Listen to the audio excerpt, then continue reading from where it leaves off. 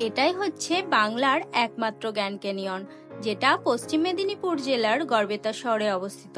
শিলাবতী নদীর তীরে প্রাকৃতিক পাহাড় দ্বারা এই ক্যানিয়নটি গঠিত।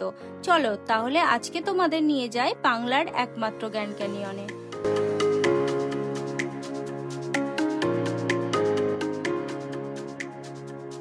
তোমরা যদি একদিনে গড়বেতা ঘুরতে চাও তাহলে সব থেকে ভালো হবে সকালের রূপসী বাংলা এক্সপ্রেস ট্রেন, যেটা মোটামুটি সকাল 9:30টার মধ্যে গড়বেতা পৌঁছে যায়। আর ফেরার সময় আরণ্যক এক্সপ্রেস, যেটা রাত 8টার মধ্যে সাঁতরাগাছি পৌঁছে যায়। আমরা সকাল সকাল পৌঁছে গেলাম সাঁতরাগাছি স্টেশনে রূপসী বাংলা ট্রেন ধরার জন্য, যার ছাড়ার সময় ছিল 6:28। ট্রেনের জানলা দিয়ে সুন্দর প্রাকৃতিক দৃশ্য দেখতে দেখতে পৌঁছে গেলাম গড়বেতা। গড়বেতা স্টেশন থেকে টোটো ধরে 60 টাকা ভাড়া দিয়ে পৌঁছে গেলাম গনগনি।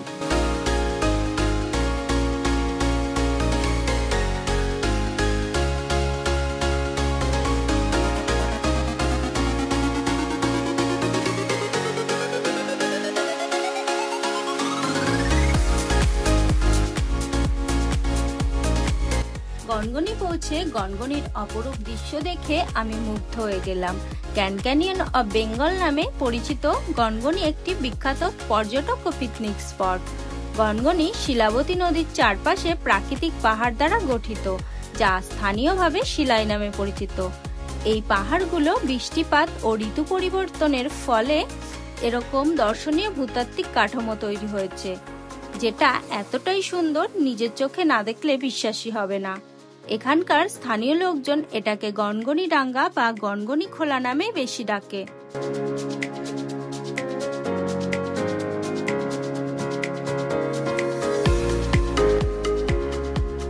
কিছুটা সময় শিলাবতী নদীর তীরে কাটানোর পর আমরা চলে আসলাম গনগনি রিসর্টে। এই রিসর্টে খাওয়া দাওয়ার সমস্ত রকম ব্যবস্থা ছিল। তোমরা যারা এখানে আসবে এই রিসর্টে মধ্যাহ্নভোজ সারতে পারো।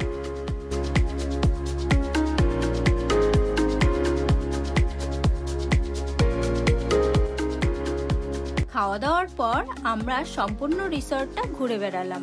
রিসর্টটা খুবই সুন্দর ছিল। রিসর্টের সব থেকে ভালো জিনিসটা হলো এর ওয়াচ টাওয়ার।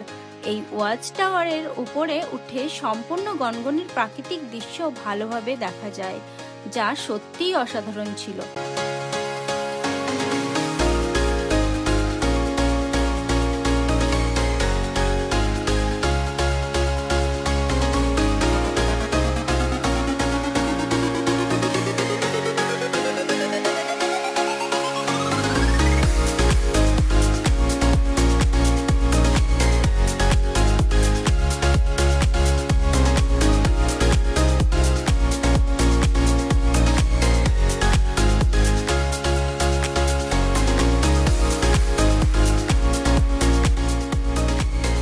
কিছুটা সময় এখানে কাটালাম, ভিডিও করলাম, ছবি তুললাম।